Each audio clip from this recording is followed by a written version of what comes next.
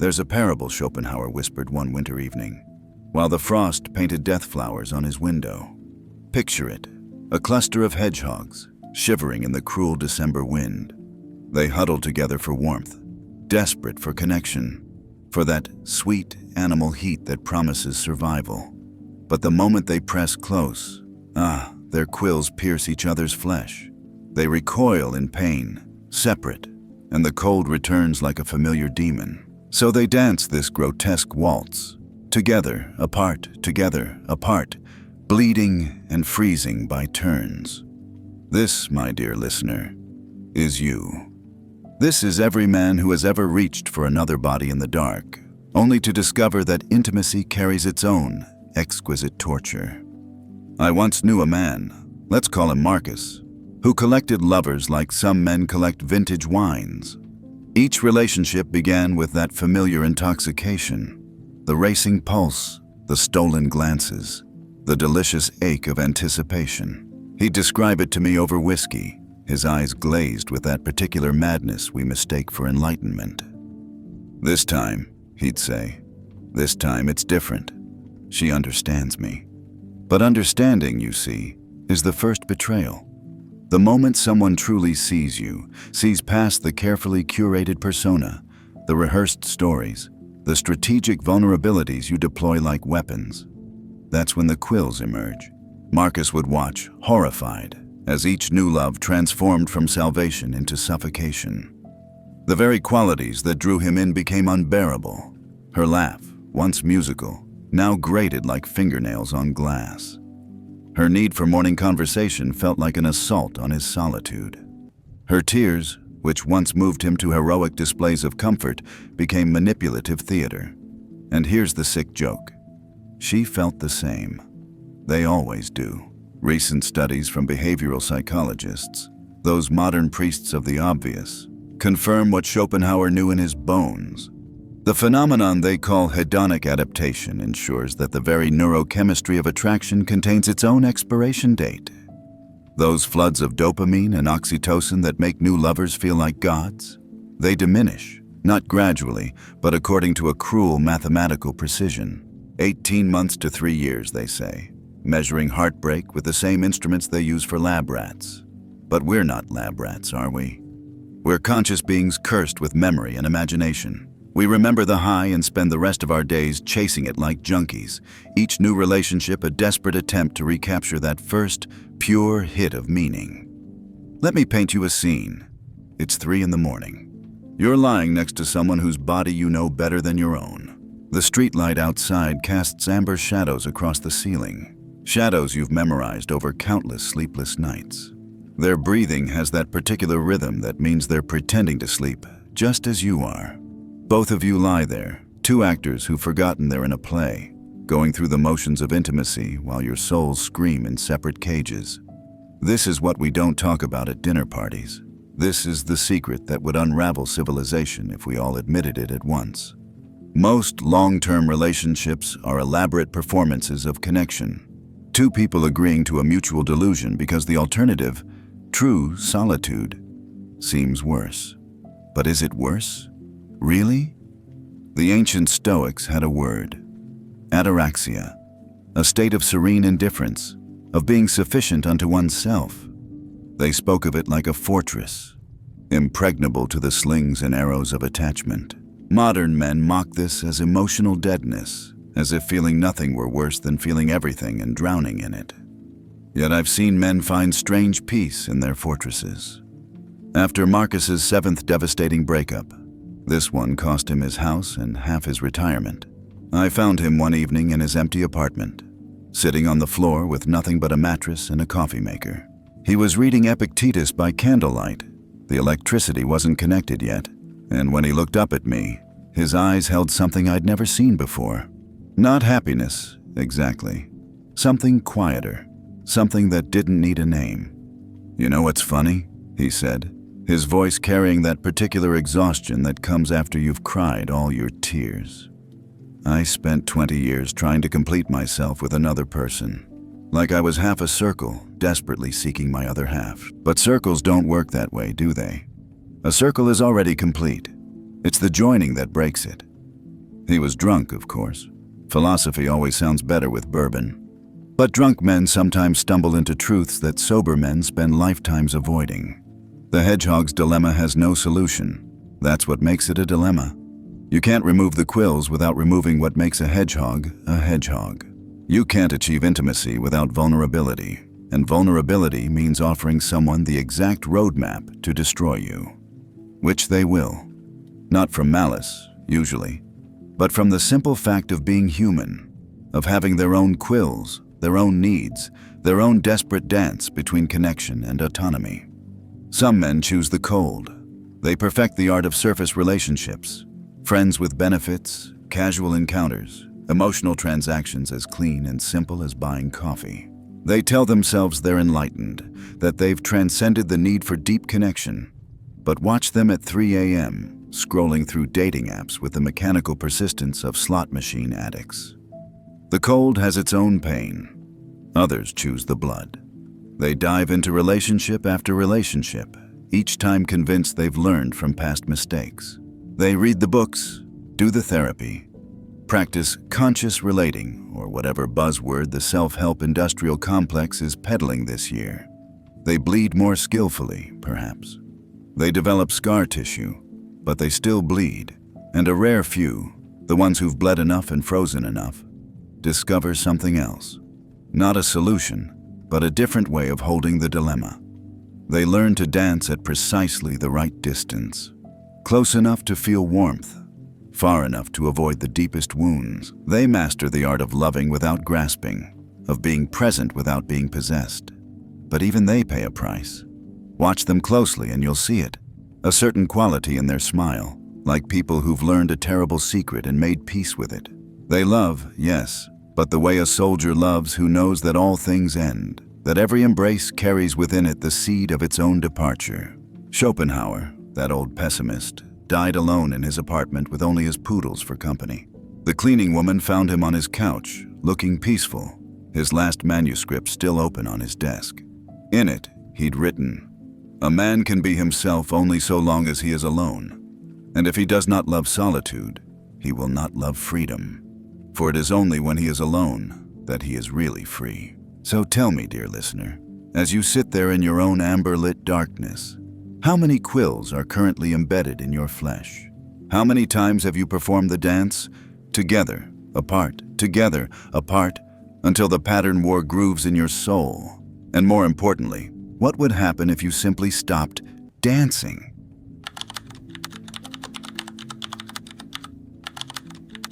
Every goddess becomes a cashier, given enough time. Listen closely and you'll hear it. That wet, sucking sound of romance being digested by the machinery of daily life. It starts as a whisper. "Could you pick up milk on the way home?" It ends as a roar. "We need to talk about the credit card bills." I'll tell you a secret that would make troubadours weep into their lutes. Love, in late-stage capitalism, is a business merger disguised as poetry. And like all mergers, it begins with irrational exuberance and ends with someone getting screwed in the fine print. Picture this. A man meets a woman at a bookstore. Yes, they still exist, these temples to dead trees and dying dreams.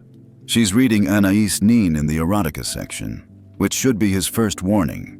But he's intoxicated by the curve of her neck, the way she bites her lower lip at particularly scandalous passages. He approaches with a line he's rehearsed but pretends is spontaneous. She laughs, not at the line, but at his obvious nervousness. It's charming. Everything in those early days is charming. Fast forward 18 months. That same neck now bends over a laptop, calculating mortgage payments. That lip gets bitten during arguments about whose turn it is to call the plumber. The erotica has been replaced by joint tax returns. Anais Nin gathers dust, while TurboTax glows on the screen like some digital deity of the mundane. This is the second curse. Love doesn't die in grand betrayals or passionate fights. It dies in grocery lists and Google calendars, suffocated under the weight of shared Netflix passwords and debates about thread counts. It transforms from poetry to prose, and not even good prose, just the instruction manual for a life neither of you remembers choosing. The ancient Greeks knew this. That's why they had different words for love. Eros for passion, philia for friendship, agape for the divine. We modern fools try to make one person fulfill all three, like asking a violin to also be a refrigerator and a spiritual advisor. Then we wonder why the music stops. But here's where it gets truly perverse. We've built an entire economic system that depends on this transformation. The wedding industry, that $70 billion annual fever dream, sells you the climax of romance. The mortgage industry sells you the aftermath. Between them lies an entire ecosystem of couples therapists, divorce lawyers, dating apps, and self-help gurus, all feeding on the corpse of Eros like particularly well-dressed vultures. I knew a couple, let's call them David and Sarah, who tried to resist this economy. They were philosophers, both of them, which is another way of saying they were professionally impractical. They swore they'd never let their love become transactional. No joint accounts, no shared leases. They'd meet as equals, as artists of existence, every encounter a choice rather than an obligation. For 3 years, it worked. Their love had the quality of stolen moments, hotel rooms paid in cash, letters sent to separate addresses, conversations that lasted until dawn because neither had to wake up in the same bed. Friends envied their passion. "You two are like teenagers," they'd say, not realizing this was precisely the problem. Because teenagers, you see, don't have to pay rent. The cracks showed first in small resentments. Why did he always choose the restaurants? Why did she never offer to pay? She made less money, adjunct professor wages being what they are. But pointing this out violated their unspoken agreement to ignore material reality. When David's father got sick, Sarah wasn't on the hospital's approved visitor list. When Sarah's apartment flooded, she couldn't crash at David's because his lease didn't allow extended guests. They'd tried to keep love pure, untainted by the vulgar mathematics of cohabitation. Instead, they discovered that in a world built on couples' privileges, tax breaks, health insurance, next of kin rights, their purity was its own kind of poverty. The last time I saw them together, they were signing a lease. Sarah's hand shook as she held the pen. David stared at the wall behind the property manager's head, where a motivational poster proclaimed, "Home is where the heart is," in Comic Sans font. The irony was so heavy it had its own gravitational pull. "We're not giving up," Sarah told me later, over wine that tasted like defeat. "We're being practical." But practicality is where passion goes to die, wrapped in sensible sheets with a reasonable thread count. The behavioral economists, those prophets of our decline, have a term for this: the commodification of intimacy. They've done studies where they can predict relationship satisfaction based on financial entanglement.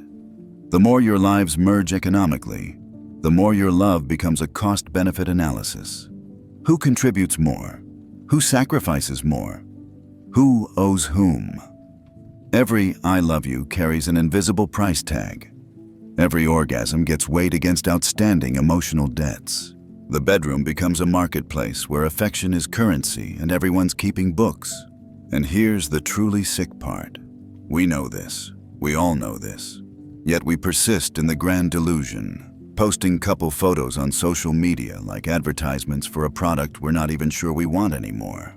We attend weddings and applaud the exchange of vows that are essentially contracts with terrible terms and no escape clause that doesn't cost a fortune. Why? Because the alternative, facing the economy of solitude, seems worse. A man alone must pay full rent. He must cook his own meals or pay for takeout. He must either embrace the echo of his own voice or pay for therapy to have someone listen. The couple's economy, even with all its degradations, offers bulk discounts on loneliness. But some men are discovering what David discovered after Sarah left him for someone more emotionally available. Red, willing to combine checking accounts. Sitting in his empty apartment, paying full rent for the first time in 2 years, he felt something unexpected: relief. The exhausting mathematics of merged existence, who owed whom what, who sacrificed more, whose turn it was. All of it vanished like a fever breaking. He told me, over bourbon, it's always bourbon with these revelations. "You know what I realized? I'd been so busy managing the business of us that I'd forgotten the simple pleasure of being myself. I can leave dishes in the sink without it becoming a symbol of disrespect. I can spend money on books without justifying their practical value. I can be wasteful with my own time without someone calculating its opportunity cost. The Stoics, those ancient masters of emotional accounting, understood that the highest freedom was autarkia, self-sufficiency, not the lonely kind that comes from inability to connect, but the kind that comes from choosing your own company over the exhausting negotiations of perpetual merger.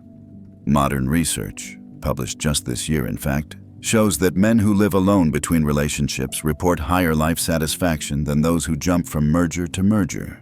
They rediscover hobbies abandoned for couples' activities. They reconnect with friends previously filtered through a partner's approval.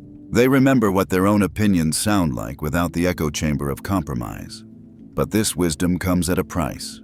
To choose solitude in a couple's economy is to accept a kind of exile. Restaurant hosts look at you with pity when you ask for a table for one. Wedding invitations include painful +1 assumptions. The tax code itself punishes your autonomy. Yet more and more men are making this choice, becoming what I call economic monks, not celibate but careful. They date without merging.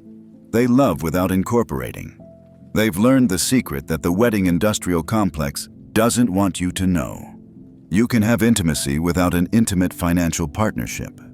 You can share bodies without sharing bank accounts. You can love someone deeply while maintaining separate Netflix profiles. It's not romantic. The poets would hate it. But then again, the poets never had to split a Costco membership. So here's my question for you, dear listener. As you sit there calculating the emotional ROI of your last relationship, what would happen if you stopped trying to extract value from love? What if you treated it like art? Something you create for its own sake, knowing it will never pay the rent? And more provocatively, what if being alone isn't a failure of the couple's economy, but a radical act of resistance against it?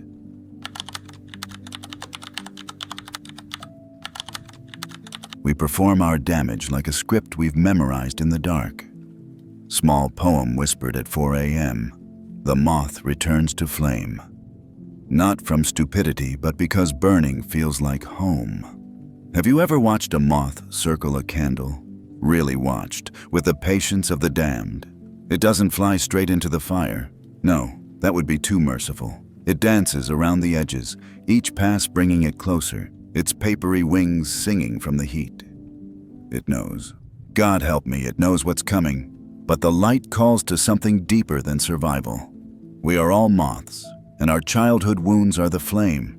Let me tell you about patterns, not the kind you find in wallpaper or Persian rugs, but the invisible grooves worn into your psyche before you had words to name them. Freud called it the repetition compulsion. The Buddhists call it samsara. I call it the most elegant torture device ever conceived. The human need to recreate our first wounds in hope of a different ending. Here's how it works.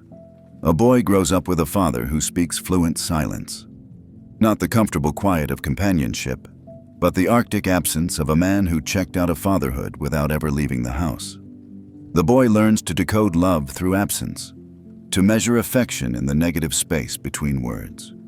Fast forward 20 years. Watch him fall in love with women who specialize in emotional withholding. Watch him mistake distance for depth, confuse unavailability with mystery.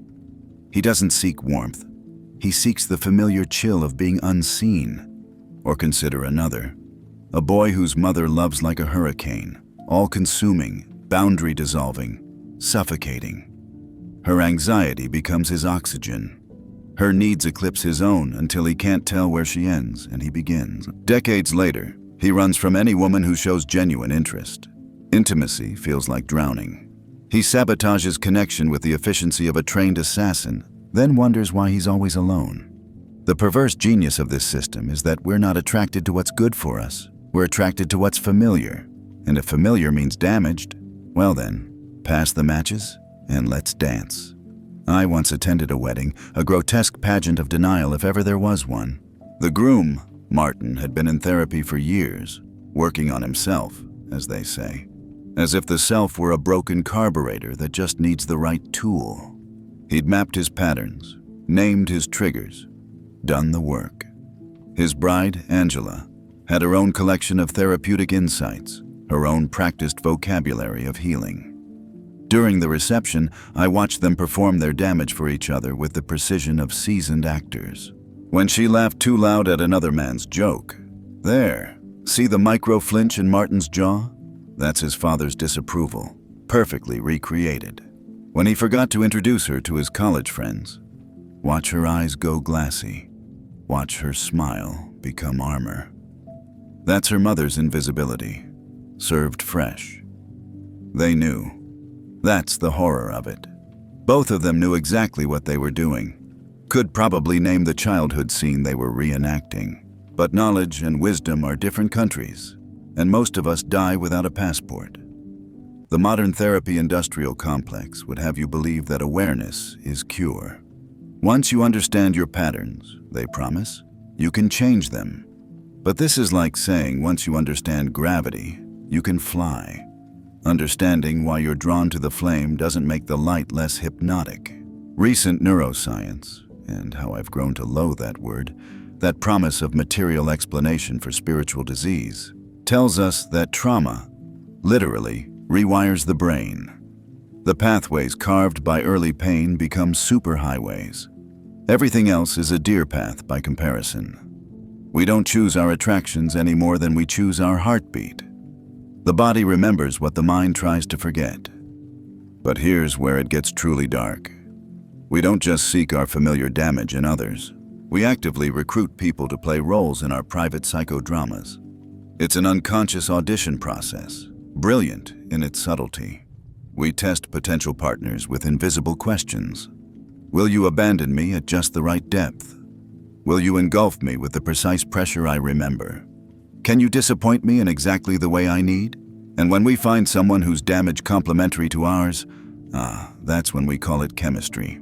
Consider the elegant hell of the anxious avoidant trap, that most common of modern romantic tortures. The anxious one pursues, desperate to close the gap, to merge, to never be abandoned again. The avoidant one retreats, desperate for space, for autonomy, for the safety of distance. Each triggers the other's deepest wound with surgical precision. They're perfect for each other in the way that locks and keys are perfect, designed to fit, but only to keep doors closed. I knew a man, brilliant psychiatrist actually, who mapped out his entire romantic history on a whiteboard. Every woman he'd ever loved, their psychological profiles, their patterns. The board looked like a serial killer's planning document. But when he stepped back, the pattern was so clear it could have been used in textbooks. Every single one was a variation of his alcoholic mother. Different faces, same emotional unavailability. Different names, same tendency to promise presence and deliver absence. "I see it," he told me, pointing at his board like a general explaining a forever war. "I see exactly what I'm doing. And next time," he actually said this with a straight face, "next time I'll choose differently." 6 months later, he was engaged to a functional alcoholic who worked in pharmaceutical sales. The universe, it seems, has a sense of humor darker than Schopenhauer's. But wait, there's a twist in this tale of compulsion. Some men, the rarest breed, learn to dance with their patterns without being consumed. They don't transcend their wounds. That's New Age nonsense. They don't heal them. That's therapeutic propaganda. They simply learn to recognize the heat before their wings catch fire. These men develop what I call wound consciousness. They know they'll always be attracted to a certain type of damage, but instead of diving in or running away, they learn to orbit at a safe distance. They date their patterns, but don't marry them. They acknowledge the attraction without surrendering to it. It's not healing. It's harm reduction for the heart. One such man told me his secret. "I only date women I'm moderately attracted to. If I feel that pull, that deep cosmic recognition, I run. That feeling isn't love. It's my trauma recognizing a playmate." Is this cynical? Perhaps, but it's also practical. He's been happily partnered for 5 years with a woman who doesn't make his wounds sing. Their relationship lacks the operatic highs and lows of trauma bonding. Instead, they have something rarer: peace. Actual, sustainable peace. It's boring in the way that not being on fire is boring when you're used to burning. The mystics say we repeat patterns until we learn the lesson they're trying to teach. But I think that's giving the universe too much credit. We repeat patterns because we're biological machines running outdated software. The moth doesn't circle the flame seeking enlightenment. It circles because millions of years of evolution taught it to navigate by the moon, and it can't tell the difference between celestial body and candle. We can't debug our programming, but we can learn to recognize when it's running. That moment when you meet someone and feel that electric recognition, that sense of coming home, that's not destiny. That's your damage recognizing a dance partner. So here's my challenge to you, you beautiful damaged moth. The next time you feel that familiar pull, that siren song of, "This one's different," pause. Ask yourself, does this feel exciting because it's new, or because it's the oldest story I know? Am I drawn to the light because it illuminates, or because I've learned to call burning love? And if you're very brave, braver than most, try this. Choose someone who doesn't fit your pattern. Date someone who makes your wounds yawn with boredom. See what happens when you stop casting the same play with different actors. You might discover something terrible. That healthy love is quiet. So quiet you might mistake it for absence. But it's not absence. It's the sound of wings not burning.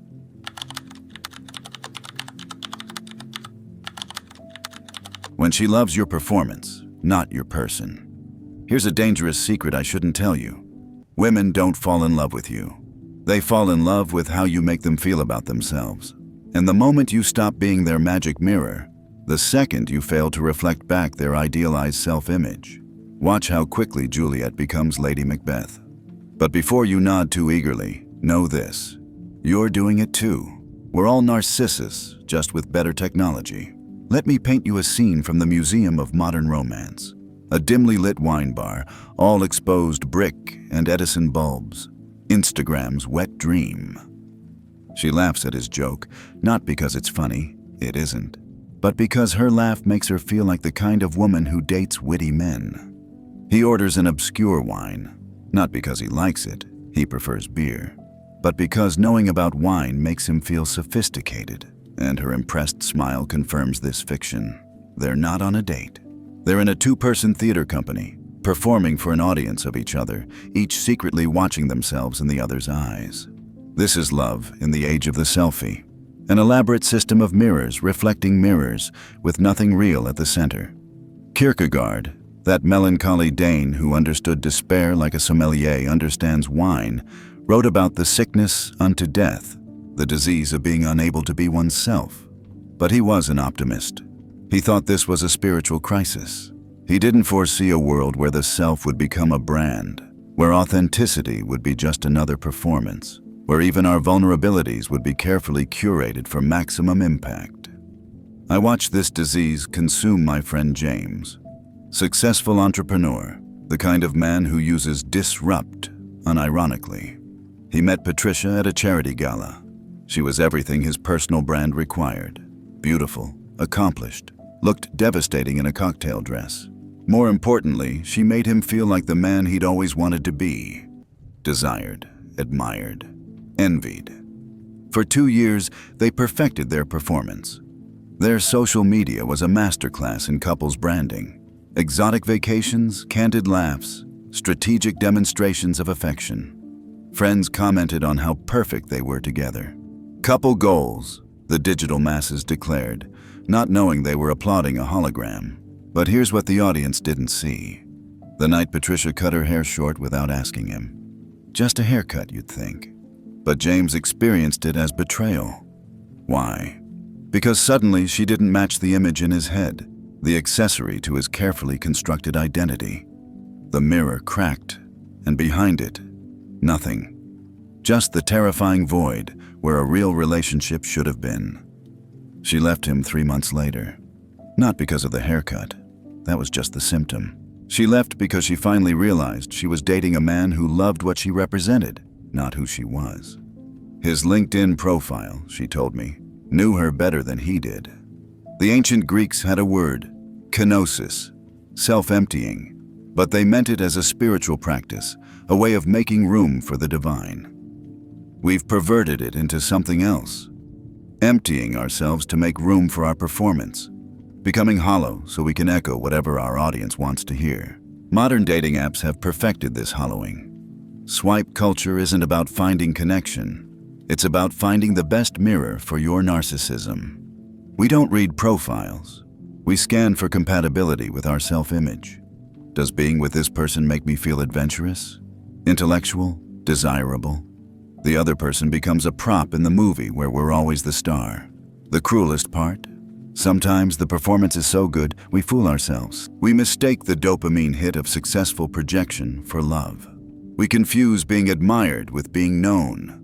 We build entire relationships, marriages even, on foundations of mutual delusion, then wonder why they crumble at the first honest word. I once conducted an experiment. Horrible, really, but illuminating. At a dinner party, I asked couples to describe what they loved about each other. The responses were a catalog of reflections. She makes me feel understood. He makes me feel beautiful. She makes me feel important. He makes me feel safe. Me, me, me. Even in describing love, we can't escape the gravitational pull of the self. But one couple surprised me. Been married 40 years. The kind of couple you assume must be dead inside to have lasted so long. When I asked what he loved about her, the old man thought for a long moment, then said, "The way she hums when she thinks no one's listening, always off key, drives me crazy." His wife laughed. 40 years you've never mentioned this." "Why would I?" He shrugged. "It's not for me. It's just you." There it was. Love that didn't reflect, didn't perform, didn't enhance. Love that simply witnessed. But how many of us have the courage for that kind of seeing? How many of us can bear to be loved for our off-key humming rather than our on-stage aria? The neuroscientists, those cartographers of our electrical souls, tell us that romantic love activates the same brain regions as cocaine addiction, but they've missed the more terrifying similarity. Both are fundamentally about the self. The cocaine addict doesn't love cocaine. He loves how cocaine makes him feel. The romantic lover doesn't love their partner. They love who they become in their partner's gaze. Some men, the ones who've had their mirrors shattered enough times, develop what I call reflection immunity. They stop trying to be anyone's fantasy. They show up to dates in their everyday face, speak in their actual voice, admit to fears that don't make them look sensitively masculine.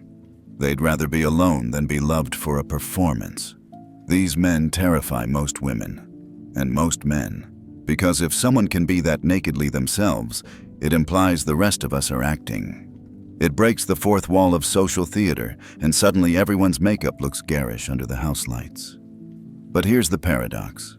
These men, these refusers of the Narcissus Protocol, often find something they weren't looking for. Partners who've also tired of the performance. Relationships built on mutual disenchantment rather than mutual delusion. It's not romantic. The poets would weep. But it has one advantage over performed love. It's real. The Buddhists speak of right seeing, perceiving reality without the distortions of ego. In romance, this would mean seeing your partner without the overlay of what they do for your self-image. It would mean loving someone who doesn't make you feel like anything in particular, except perhaps more yourself. But most of us aren't Buddhists. We're narcissists with Netflix accounts, swiping through potential mirrors, looking for the one that shows us in the best light. We say we want authentic connection while carefully curating our vulnerabilities. We claim to seek truth while speaking in Instagram captions. So here's my riddle for you, wrapped in velvet and thorns. If you stripped away everything your partner does for your self-image, the status they provide, the desirability they confirm, the identity they validate, would anything remain? Or would you find yourself staring at a stranger, someone you've shared a bed with but never actually met? And more disturbing still, would they find the same if they looked at you? In the myth, Narcissus dies staring at his own reflection, unable to tear himself away. We've updated the story. Now we die staring at ourselves in our lover's eyes, calling it intimacy while drowning in our own image. The only cure, and its bitter medicine, is to practice loving what doesn't reflect, to seek out the opacity in others, the parts that refuse to mirror back your projections, to choose partners who disrupt your self-image rather than confirm it. But who has the stomach for such love? Who can bear to be seen, really seen, without the flattering filter of performance? Perhaps solitude isn't the failure of love, but its beginning. Perhaps we need to sit alone until we can stand our own company without entertainment, until the performance exhausts itself and something real remains. Only then might we be ready to love another person instead of our reflection in their eyes. But I warn you, this kind of love is quieter than you imagine. No violins, no standing ovations, just two people humming off key, witnessed and witnessing, no longer needing to be anyone's magic mirror.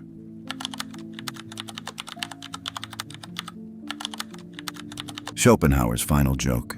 We are puppets dancing for our DNA. Let me tell you how the world ends. Not with a bang, not with a whimper, but with a grunt and a sigh and the slow realization that you've been played by your own biology. Schopenhauer, that prophet of pessimism, that connoisseur of cosmic jokes, knew the punchline before the rest of us even heard the setup. He called it the will, that blind, driving force that uses consciousness as its puppet, making us dance to rhythms older than thought. But he was too polite, too Victorian in his metaphors. Let me translate his wisdom into the vulgar tongue of our times. Every romantic pursuit, every love poem, every grand gesture, every whispered promise in the dark, it all serves a single master. Not love, not connection, not even pleasure, but the mindless imperative to replicate DNA, dressed up in the costume of meaning. Picture this scene, repeated in infinite variations since we crawled from the primordial soup. A man sees a woman across a crowded room. His pupils dilate, his heart rate increases. Testosterone and dopamine flood his system like storm surge breaking levees. He thinks he's experiencing attraction, maybe even the beginning of love. But zoom out. Look with Schopenhauer's cold eye. What you're witnessing is a biological algorithm running its program. Viable mate detected. Initiate approach protocol. Deploy resources. Secure reproductive opportunity. The poetry comes later, a story his conscious mind tells to make sense of the puppet strings. But here's where it gets truly dark. The moment of climax, that little death, la petite mort, is also the death of illusion. In that shuddering instant of release, the will achieves its purpose. The puppet strings go slack, and for a terrible moment, you see clearly. Post-coital clarity, they call it. Post-nut clarity, in the eloquent vernacular of Reddit forums. But clarity is too kind a word. What descends is the opposite of enlightenment, the recognition that all your grand passions, your soul-deep connections, your protests of eternal love, were just elaborate foreplay for a biological transaction. I knew a philosopher, brilliant man, could quote Hegel in 3 languages, who described it thus: in the moment after orgasm, I experienced the most profound existential horror of my life. Not because the act was empty, but because I suddenly see that everything leading to it was a lie my body told my mind. The person next to me transforms from goddess to stranger. The urgency that consumed me seconds before reveals itself as a chemical puppet show. And I understand, with terrible clarity, that I am not the author of my desires. I am their vehicle. He tried celibacy for a while, thought he could starve the will, break free from the puppet strings. But the will is patient. It doesn't need your cooperation, only your existence. The fantasies grew more vivid, the dreams more insistent. He lasted 3 months before the dam burst, and he found himself in worse slavery than before. To pornography, to compulsion, to the very force he'd tried to escape. Because here's Schopenhauer's cruelest insight. You can't defeat the will by opposing it. Opposition is just another form of engagement. The ascetic and the hedonist are both puppets. They just dance to different tempos. Consider the modern dating landscape through this lens. Tinder, Bumble, Hinge. What are these but efficient delivery systems for the will? We've stripped courtship of its pretty lies, reduced it to its essential transaction. Swipe, match, meet, mate. The old romantics would be horrified, but Schopenhauer would merely nod. We've simply made explicit what was always implicit. The data supports this brutal interpretation. Studies from 2024 show that relationship satisfaction plummets after the first 2 years, precisely when the neurochemical storm of new relationship energy subsides. The puppets wake up, look at each other without the drunk goggles of biology, and wonder what the hell they're doing together. But wait, there's more. There's always more in hell. The will doesn't just use pleasure as its puppet strings. It uses pain, too, the agony of rejection, the torture of loneliness, the gnawing emptiness of a bed unshared. These aren't bugs in the system. They're features. The whip to complement the carrot, ensuring you'll keep dancing even when the music turns discordant. A man told me once, tears streaming down his face, about the moment his marriage truly ended. Not when she served the papers, not when she took the kids, but in bed, moments after making love, when she turned to him and said, "I don't feel anything anymore." The will had no more use for their union. The puppet show was over. The strings cut. They saw each other clearly for the first time in years. Two strangers who'd been manipulated into creating 3 children and a mortgage. The ancient Gnostics believed the material world was a prison, created by a malevolent demiurge to trap divine sparks in flesh. They weren't far off. But the demiurge isn't some cosmic tyrant. It's in our cells, coiled in the double helix, writing its story with our lives as ink. Yet, and here's where even Schopenhauer's pessimism cracks, some men find a strange freedom in this knowledge. Not escape from the will, but a kind of dance with it. They recognize the puppet strings without pretending to cut them. They experience desire without mistaking it for destiny. They can even love, but it's a love that includes the comedy of its own conditions. I know a man who greets his morning erections with laughter. "Good morning, master," he says to his biology. "What shall we pretend to want today?" He dates, he desires, he even falls in love, but he does so with what the Buddhists call non-attachment. Not indifference, but a gentle holding that includes its own letting go. These men have discovered something Schopenhauer perhaps missed in his gloom. That consciousness, even puppet consciousness, has its own peculiar dignity. Yes, we dance to biology's tune, but we can choose our steps. We can find grace even in our servitude. We can love the dance even as we recognize the dancer. The real orgasm that devours meaning isn't the physical climax. It's the moment of recognition, that instant when you see through the veils of romance to the machinery beneath. Most men experience this as horror and spend their lives trying to forget it, diving back into the illusion with increasing desperation. But a few, the philosophical comedians, the sacred clowns, learn to live with the joke. They love knowing its biology. They commit knowing its chemistry. They build meaning knowing it's ultimately meaningless. Not because they're nihilists, but because they've discovered something on the other side of meaning. The simple animal joy of being alive, even as a puppet.